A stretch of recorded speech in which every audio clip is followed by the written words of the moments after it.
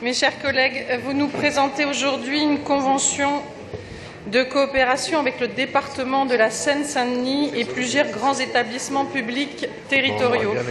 Cette convention que vous souhaitez signer à l'occasion d'un rendez-vous médiatique le 23 juin prochain vise à renforcer le partenariat urbain, environnemental, sportif et culturel entre Paris et la Seine-Saint-Denis jusqu'en 2024. Les objectifs fixés, il faut le reconnaître, sont assez consensuels et n'appellent pas de ma part de remarques particulières, même si, une fois encore, dans les documents que vous nous présentez, on peut regretter l'absence de chiffrage qui nous permettrait de mesurer non seulement l'impact de tout cela sur le contribuable, mais aussi l'ampleur réelle de ces engagements. À ce titre, je vous faisais d'ailleurs la même remarque concernant les 43 actions du plan d'accompagnement de la candidature de Paris et je regrette à ce jour que l'aspect financier et coût pour le budget parisien ne soit pas plus transparent. Lors de notre dernière séance, je vous interrogeais sur le devenir du projet d'extension sur les serres d'Auteuil de Roland-Garros et vous me permettrez de profiter de cette délibération pour renouveler mes questions qui n'ont pas trouvé de réponse à ce jour. Mon interrogation est simple. L'impasse juridique dans laquelle ce projet est enfermé n'est-elle pas une épine dans le pied de la parfaite organisation des Jeux de 2024 ?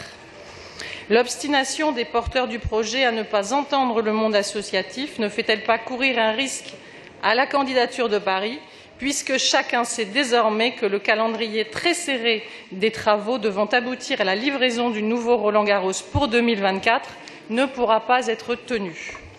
J'ai conscience que ma question répétée nous éloigne de la Seine-Saint-Denis, mais les JO ne peuvent pas se résumer à un dialogue aussi fructueux soit-il qui ne concernerait que l'Est parisien. Pour revenir à la convention proposée aujourd'hui et au-delà de la question de l'absence d'études d'impact financières, je voudrais savoir ce que deviendrait ce texte qui nous lie jusqu'en 2024 si, par malheur, la candidature de Paris n'était pas retenue. Jusqu'où iraient alors les engagements de la ville de Paris contenus dans ce protocole?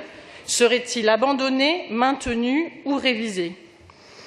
La perspective de Paris 2024 est une ambition que le groupe UDI-MODEM a appelée de ses vœux dès l'origine, avant même que vous ne vous engagiez en faveur de ce grand projet, ce dont nous nous sommes réjouis.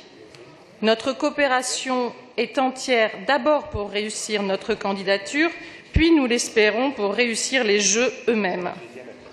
À travers cet événement, Paris doit rayonner et développer ses coopérations, pas seulement avec la Seine-Saint-Denis, mais plus largement avec toute l'Île-de-France, afin que la perspective de 2024 soit un accélérateur des politiques publiques au profit du plus grand nombre.